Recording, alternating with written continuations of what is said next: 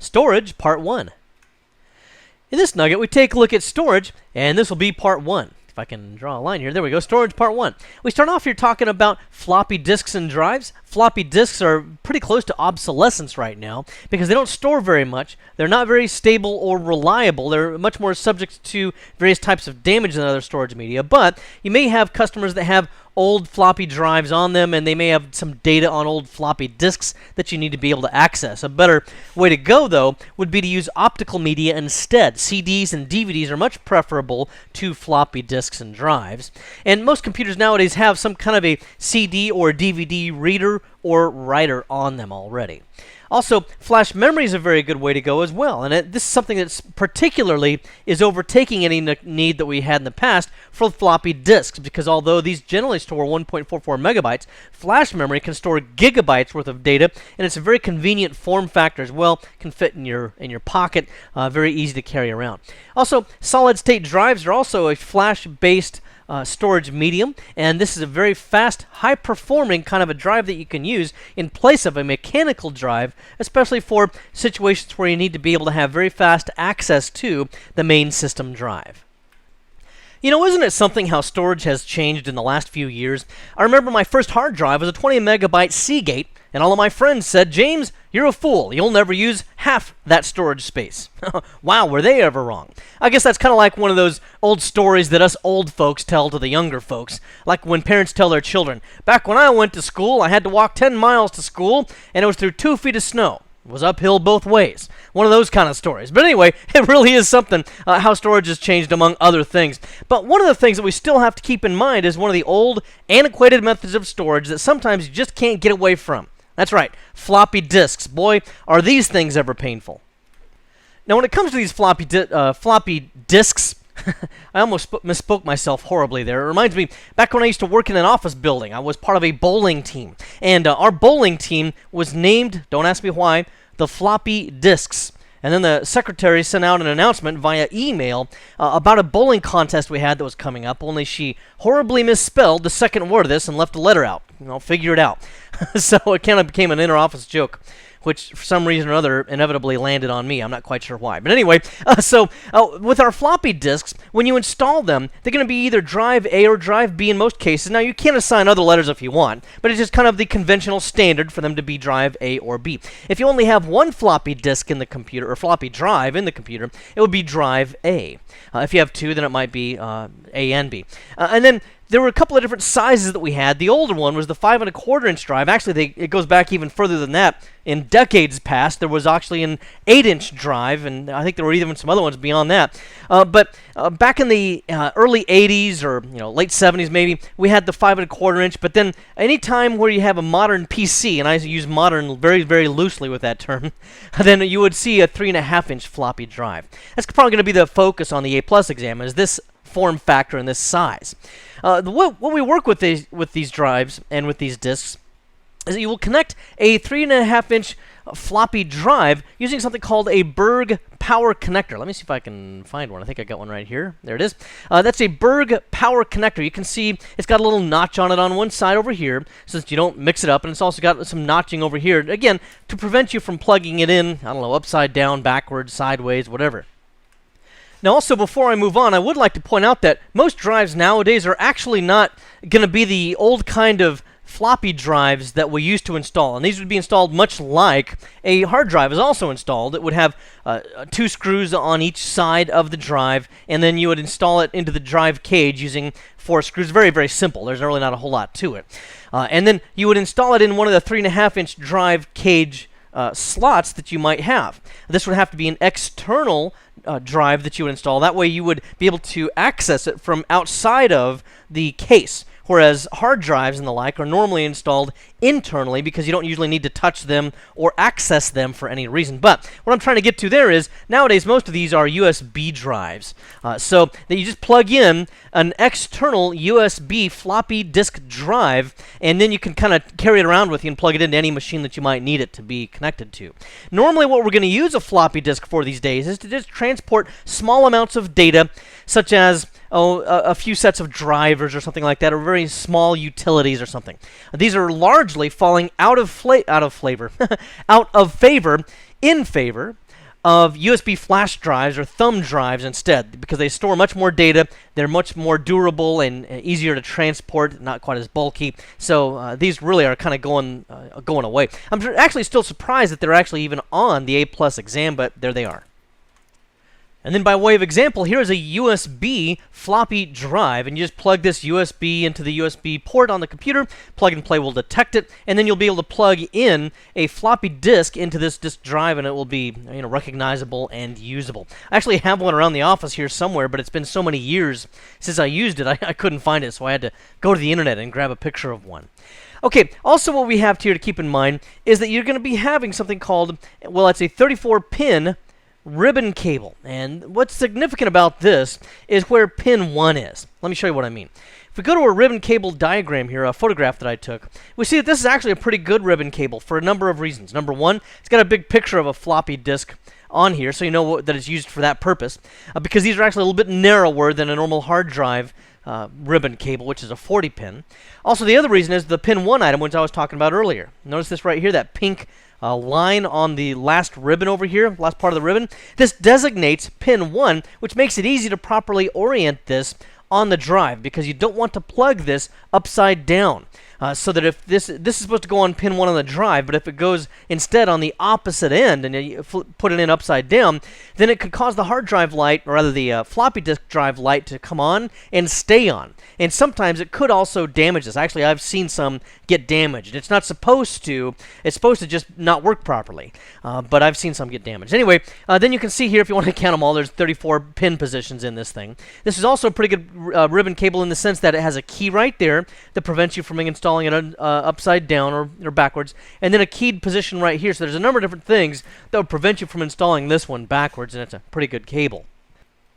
Now then you'll also have varying capacities for your floppy disks. The low density disks are capable of 360 kilobytes worth of storage, so that's certainly not very much by any standards. There's also the double density disks, which were a whopping improvement of 720 kilobytes on these media. And then you would have high density. These are the most common ones that we find in storage today. High density ones are capable of 1.44 megabytes, and that's mostly what you're going to see. There's also extended density, which is capable of 2.88 megabytes, but by the time these came out, other storage solutions were out instead, and so these never really caught on, even though you would think that they would be a better solution. You don't see many of those around. And then just briefly, I wanted to show you some photographs of the floppy disks. Notice that this one is actually one for Microsoft Windows 4 Workgroups. This is an older operating system. Look, the date on here, 1993. Actually, they're giving these things away now. You don't even have to buy Windows 4 Workgroups anymore. It's kind of defunct. And if you know where to look, you can actually download it for free. So if you want a free operating system from Microsoft, just wait until your infants are in college, and you can probably download it for free if you're willing to wait that long. Anyway, you can see that's a rigid plastic cover on the outside of this, and it has a shutter. These can be made of metal like this one is, or plastic. I prefer the plastic ones because sometimes these things can get bent, so I prefer plastic. Notice the designation as high density here. Oops, kind of zooming in and out here, but this is upside down right now, but you can see over here that if you were to turn your head upside down, everyone stand on your head right now. Let's all as a class just do it together. And then you can see that this is actually an HD over here. And then just briefly here, you can see that I've pulled the shutter over to the side, which exposes the media here. By the way, because this plastic is so thin and this media is pretty sensitive, it's actually more sensitive to a magnetic field. So you wouldn't usually want to put one of these on top of a CRT monitor, which has magnetism in it, or near computer speakers, which have magnets in them as well, or those magnetically tipped screwdrivers and things. Those could potentially affect this, although all of those resources I've just mentioned to you are unlikely to affect hard drives because they're much better shielded than something like this. Anyway, I pulled this to the side, which if you read A+ books and all of that, they'll always tell you, you should never ever do this unless you've got mad ninja A+ skills like I do, and then you can kind of take matters into your own hands. But kind of the reasons for that are obvious, because you can see that there's kind of some dust flecks on there. There's actually also a cloth that lines the inside of the floppy disk that kind of picks that up as it spins around, but nevertheless, you don't want to do that because it could expose it to some kind of hazard like that, or a static charge or something. Also, you can see over here that there's the the HD symbol that I was mentioning earlier. Now we're right side up and we can see it. Those of you that have been standing on your head this whole time, you may now turn around and sit in your chair, because now we can see the HD. Okay, let's also take a look at the back of the floppy drive and floppy disk, and you can see this is just a different one by a different color, as you can see. And here we have a plastic shutter, just another notation of that. And then we have the spindle here. The drive would actually insert into this and spin on that basis, on that axis.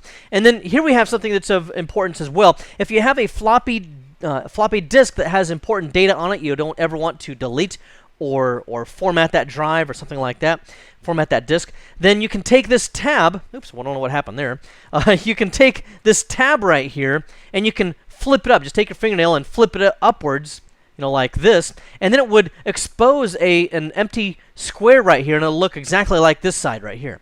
Then what happens is the light shines up through inside the drive, and it will identify this because it can see the light on the other side as a read-only floppy disk, and it will not allow you to delete any data, format the drive, or otherwise lose any of the information on it. And as we move on to optical storage, you're probably already familiar with these. These are the shiny media that you can buy. You know, it's a DVD, or maybe it's got a movie on it, or a CD that you have play music on. Or you can also get DVDs or CDs that you burn your own data or music or movies onto, and so forth. So that's the optical storage. And if you ever have one of those that you messed up a burn and it didn't work out right or something like that, then that's what becomes eventually your drink coaster, which sits on your desk. So anyway, that's one of the main uses for optical storage. What happens with this, by the way, is that the data is actually recorded using something called pits and lands. So if we were to take a look at a sideways view, a profile of a DVD or a CD, so we're just looking at the thin edge right here, and if we were able to look at this through some microscopic method, for example, then you would see that it's actually got what we call pits and lands. Okay.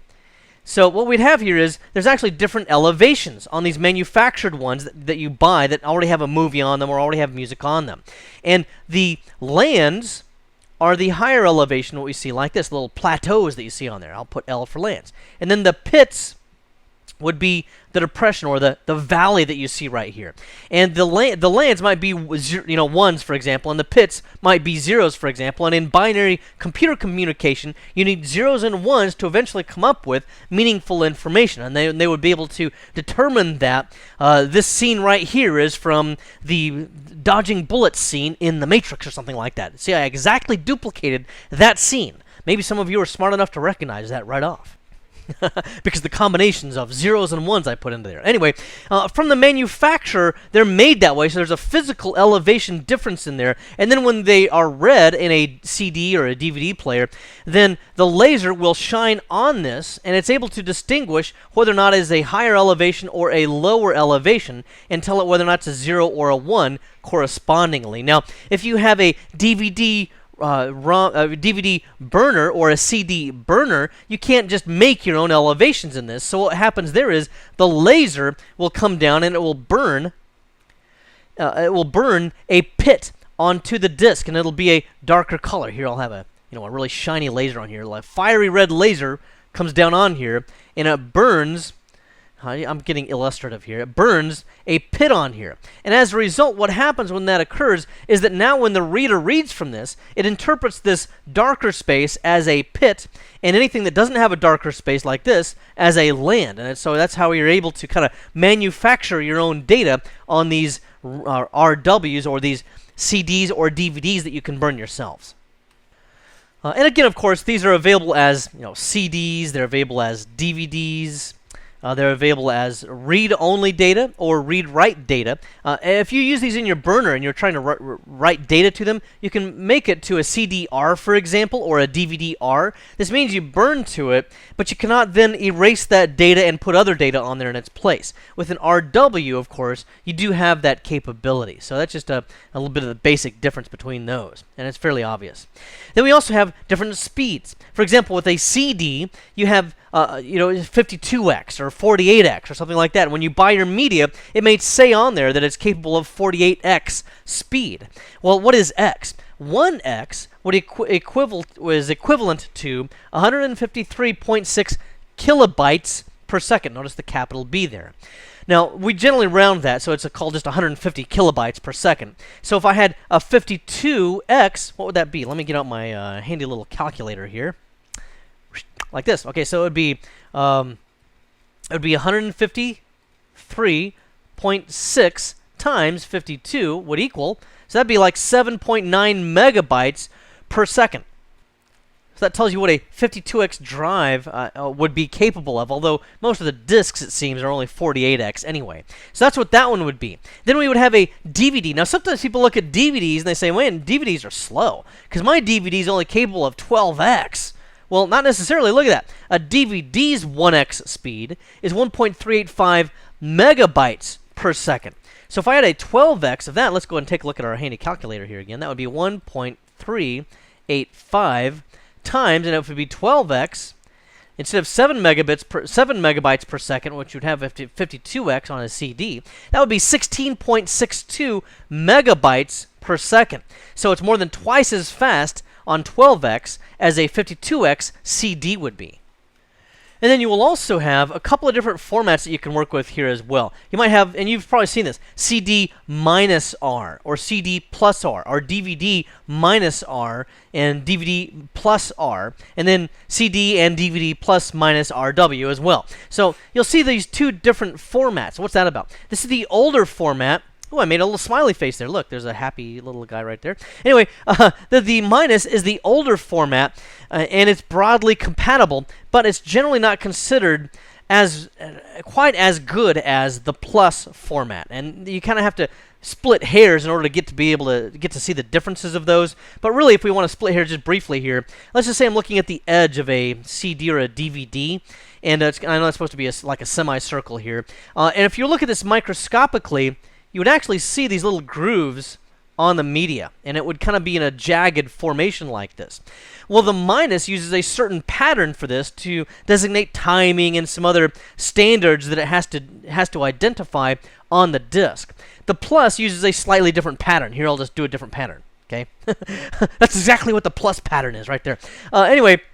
It uses a slightly different standard. It's generally considered a little bit better than the minus. Now, overall, they're both still good, but if you have a really old CD or DVD drive or burner, then it may not be capable of reading the plus ones, and you might have to go to the minus media instead. But anything purchased at least since probably, 2001 or later is probably likely to be able to read plus, and so that's kind of generally what you'll tend to gravitate to.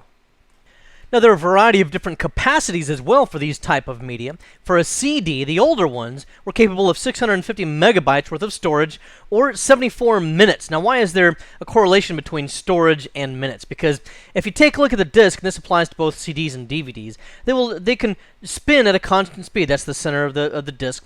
And they go at a constant speed, and the laser is going to be able to read. Normally, they start from the inside, and they go out. And as it goes around and around and around, it'll take 74 minutes to go through every single track all the way around until it gets to the edge and finishes. Looks like I drew an onion or something there. I don't know. But anyway, you get the idea there. So that's why there's a correlation between space and minutes. Now, the ones that are newer will be at least 700, or will be 700 megabytes and correlate to 80 minutes round and round here. The DVDs, you'll have a single-sided DVD, which is the most common format that you'll see out there. It's 4.7 gigabytes and 4 hours to go all the way around the tracks out here. A double-sided DVD, and this is something that will have you'll have a single-sided media or double-sided. A lot of the movies that you'll buy nowadays, for example, on one side it might have widescreen, and on the other side it might have a standard format. So you can possibly have different kinds of media, different kind of content on both sides. You'll just pretty much double that. It'll be 9.4 gigabytes or 8 hours. The Blu-ray discs are also single or double-sided. A single-sided is capable of 25 gigabytes in 11.5 hours. Double layer it would be a 50 gigabytes and 23 hours. Now also notice that it says double layer instead of double-sided there. With a Blu-ray disc, it's possible for, on that substrate, on that media here, for it to be able to have two different layers on the same side, and the laser is able to distinguish from one layer to the next, so you're effectively able to get double the storage on a single side. Next, let's go ahead and address something called flash memory. Now, this has a number of different form factors, a number of different purposes, but overall here, we should consider this persistent storage. This means that you can write data to it, and you can keep it there indefinitely until you decide to change it or you decide to format that storage media or whatever it is. It's also very fast, which also means that it's expensive. To be able to make it this fast in the manufacturing process and so forth, it is more expensive than something like hard drive storage or a DVD, for example. Also, flash memory has a relatively small form factor, and you'll notice this if you have digital cameras, and we've talked about that a little bit in the past. It'll have memory cards that you put in there, and some of them are no larger than maybe your thumbnail, very, very small. You may even have to put it inside of an adapter just so that you can make it large enough to handle. I work with compact flash cards, which are about, a little bit less than half the size of a credit card. So they're a little bit easier to manage. But there's a number of different form factors, though. Overall, they're generally considered pretty small. Also, the capacity varies with these. You can go generally between 256 megabytes. That would be a little bit of an older, for example, thumb drive, to storage media about 32 gigabytes. Some of them are going up to 128 gigabytes now for the larger USB flash drives, or thumb drives, as we also call them. As I said, there's numerous form factors. There's SD or secure digital. There's compact flash. There's XD cards, and I'm not going to elaborate on all of those. It just depends upon who your digital camera manufacturer is. That's usually where most of these will go, is in digital cameras or in something like a smartphone or some kind of an MP3 player. Those types of devices are usually what accept these. And flash memory is what's used with USB flash drives. That's what they're called, USB flash drives, or UFDs, as well, also known as thumb drives, for example, or memory on a stick. Some people will refer to these as well. And then, like I said before, they're generally going to be found, the form factor is generally going to be found as memory cards. And then here's just an example of that USB flash drive, or UFD. This is a 32 gigabyte flash Voyager, and if you look at it, it looks kind of wrecked here, doesn't it? That's because this eventually went bad. I think I accidentally bent it when I had it in the USB port. It was down kind of by my knees, underneath my desk, and I think I accidentally bumped it with my knee and bent this thing all up. Anyway, from that point forward, it didn't seem to perform very reliably, so I just went ahead and trashed it. I took a box cutter and cut this thing open, so you can kind of see what's inside of this, and you can get an idea. The storage is actually, all solid-state storage like this, not any moving parts or anything like that. The only thing you really have is there's a little light that will turn on here that you can see, and it'll shine through this little portion of the casing here when data is being accessed. You don't need to memorize anything about this picture in order to pass the A+ exam, but this is just kind of an example of what you might see in terms of the actual data storage itself for a USB flash drive. Now, one of the things that's actually pretty exciting in the world of storage is these new solid-state drives that have come out in the past few years. What these are is it's flash memory. It's flash-based data, or flash-based storage, and it's also going to be smaller than normal magnetic capacities like hard drives, is what I'm really thinking of particularly. At the time of this recording, hard drives are generally around 2 terabytes or more. But a solid-state drive is usually not that big. A solid-state drive is usually only going to be a few hundred gigabytes.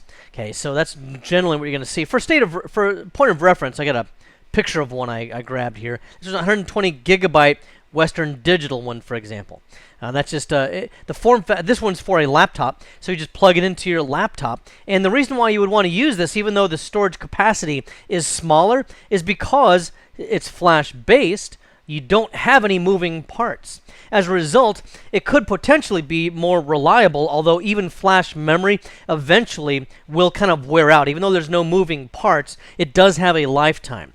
So that's something to keep in mind. But also, since there's no moving parts, it doesn't become the bottleneck in the system. Very often, in PCs anyway, the bottleneck for performance is going to be hard disk thrashing. So you're looking at the hard drive light, it just stays on constantly, and the machine seems to be running very slowly. Well, probably there's a lot of data that's trying to be written to or read from that hard drive. So since solid state doesn't have any moving parts, they're able to be much, much faster. These are also preferred for of the busy operating system partition or busy application drive, something like that, that would normally otherwise be more disk intensive, but for which you don't have huge storage requirements, such as for main data in a corporation or something like this. They're generally preferred for servers, again, for the operating system, maybe for the servers or for the applications, anything where you need to get a performance boost, but again, not for data. And then they're also preferred very often for power users who understand solid-state drives and want to use them instead of the mechanical devices. They're also very often preferred for laptops. In fact, some new laptops these days are shipping with solid-state drives, and although it's not part of the A+ exam, a lot of the Macintosh laptops will have solid-state drives. Now, in our next nugget, we're going to be discussing hard drives more in particular and the various interfaces that you can work with and so forth. But do also understand before we go on to that there are external drives you can also use. For example, we talked about CD and DVD drives earlier in this same nugget. Well, you can not only install those internally into an external drive bay, which would be a 5¼ inch drive bay, but you can also attach these externally, similar to what I showed you with an external floppy disk drive. Well, you can use an external USB drive as well. For example, this is an external DVD drive, and it just has a USB connector on one end of it, and you just plug it into whichever available USB port you have on your laptop or on your PC. So just be aware of the fact that these certainly do exist, and they're certainly available, not only for this type of media, CD, DVD, that sort of thing, but also for external hard drives. The external hard drives may come pre-packaged from a manufacturer, such as Western Digital.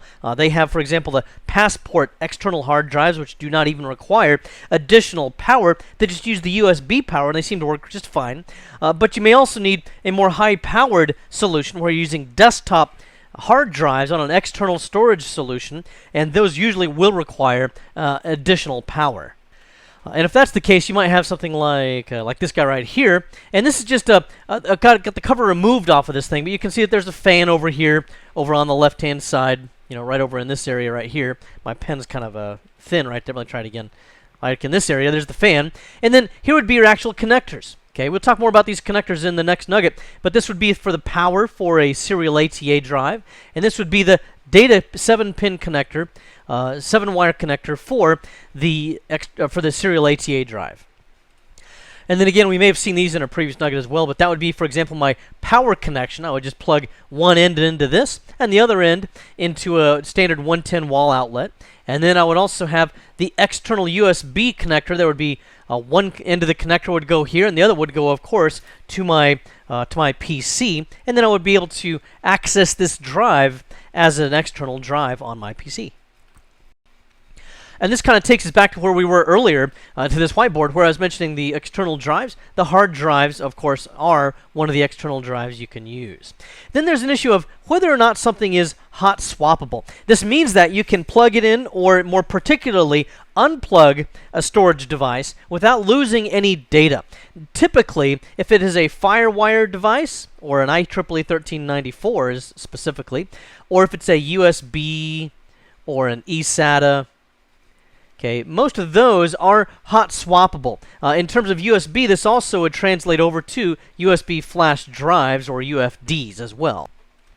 Examples of drives that would not be hot swappable are normally going to be internal IDE, technically they're enhanced IDE or eIDE, but they're generally internal IDE drives. Those are very often what the operating system itself is on and so forth, but they're usually not hot swappable, meaning that, again, they can't just unplug or plug them in without expecting some kind of an interruption to the operating system or the stability of the system, or without expecting to lose data. And then to illustrate these hot swappable devices, I've plugged in a USB flash drive here, which if we go to the computer, will be visible right here as a Kingston 32 gigabyte drive. And if I go to look around, I get some ebooks here, some pictures. Oh yeah. I was giving a seminar one time, and a friend of mine put up on the big screen in front of all these people this picture of me, where he pasted my picture on front of a monkey. Okay. Quite traumatic for me. It's taken years of therapy to get over, but to extend my pain, I decided to show it to you. Anyway, so I've got that drive there, and what I want to show you with that, let me go back to it, is that this will be a device that is hot swappable. But in addition to that, I also need to configure how I want it to be hot swappable. Do I want to just be able to pull it out whenever I want to, or do I want to have to send a notification first? And let me show you how you would determine that. If you go to Hardware and then go to whatever that device is, okay, and go to its properties, you'll see that there are policies here.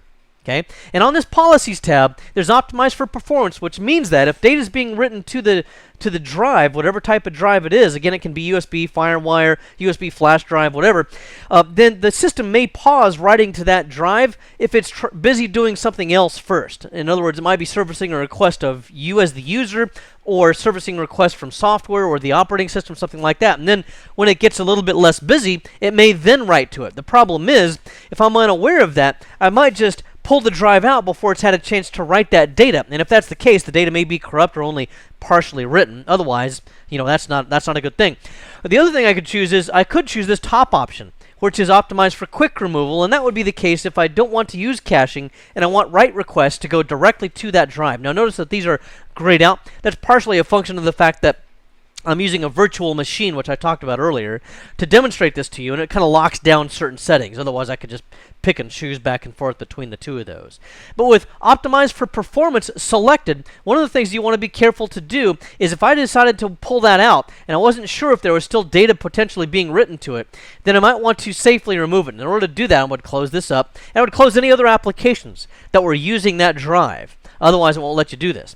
But I would then click down here, and it would say Safely Remove USB Mass Storage Device. I can click OK now. Notice that it says it can be safely removed. And then I would just unplug it, and I just unplugged it from the system here.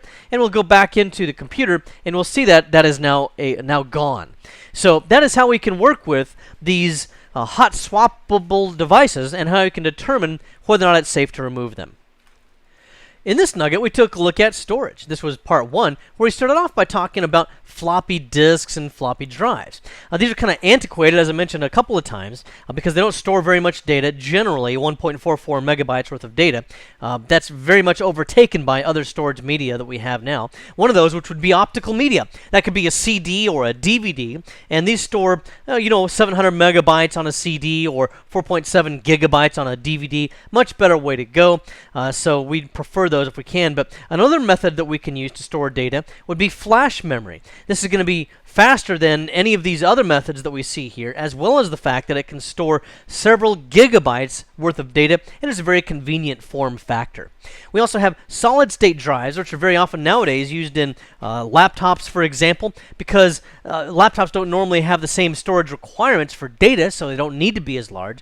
And since they're not mechanical, they're able to stand up to shock better, which laptops are very often subject to, as well as the fact that solid-state drives are much, much faster than their mechanical counterparts. Well, I hope this has been informative for you, and I'd like to thank you for viewing.